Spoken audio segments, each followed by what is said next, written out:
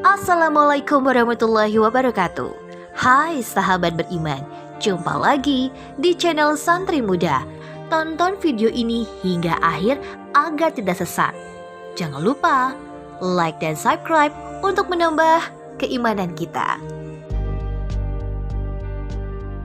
Joanne, I'm American, and I was born in Alaska. My father was military. I'm an Air Force brat, and born in Alaska, but left it after 3 years and moved to Florida. My father is American, family traced back to the Mayflower. My mother was from Germany. She met my father during the war. My mother was the only one who left Germany. All our other siblings are in Germany. And she raised us as Americans, speaking English only. And they were both Lutheran. We were raised in a Lutheran church. It played a big role in our family, in our lifestyle. We went to church. My father was usher, and my mother was a Sunday school teacher. Both of them sang in the choir. So, and the friends of the family were all from the church. And we had a happy childhood and didn't feel anything out of place.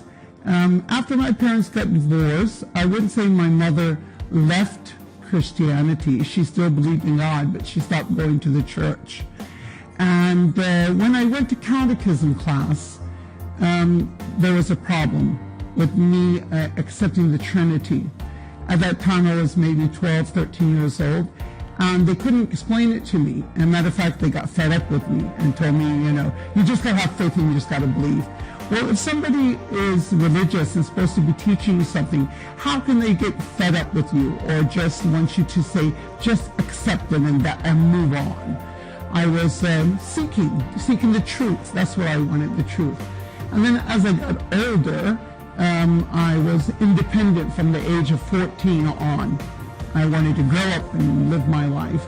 And I didn't feel that man's rule was the law that we should follow. Only I knew there had to be a higher law, because who created man? God. So I wasn't sure. The Bible didn't give me the guidelines that I needed. And it changed from church to church. I went into Presbyterian churches, Methodist churches, never went into Catholic church because I knew definitely that wasn't the path for me. And when I found Islam, I knew that this was the religion. This was brotherhood, sisterhood. People had trust for one another, even if they didn't know each other, because they were Muslims. Doesn't mean that all Muslims are good. You have many Muslims that don't practice the religion, same as in Christianity. So I thought nothing of that. And the bad Muslims or the Muslims who are not practicing their religion didn't put me off, because, it makes sense. Nobody is perfect. Nobody's an angel. But I liked the belonging, the unity of Islam. And the directions, the guidelines came from God. And we had a real life person to follow, examples, and that was the Prophet Muhammad, peace be upon him. And his character was something that was amazing. We had details of his character and how he lived his life. So we had something to look up to guide. It's not just the Quran. We had a true guidance, and that's what let me accept Islam. And that gut feeling came to me when I was in a disco. I was in Tampa, and it's where I learned about Islam, and I moved with the students to Miami.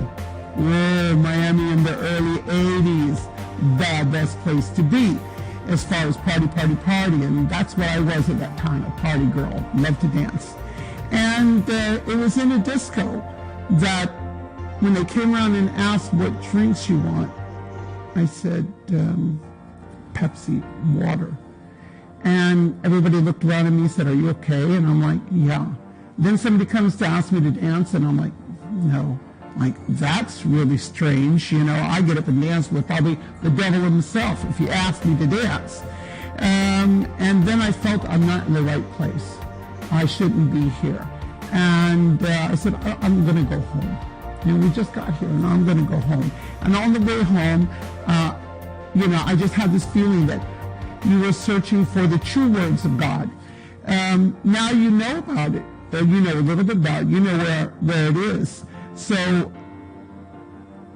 I could die at any moment and not have accepted the true path. And nobody's promised life. Nobody's promised the next minute. And that's what you do. I didn't think twice about what is my mother going to think? What is my father going to think? What are my friends going to think? It's my life. I live it. I take care of myself. I take care of my children.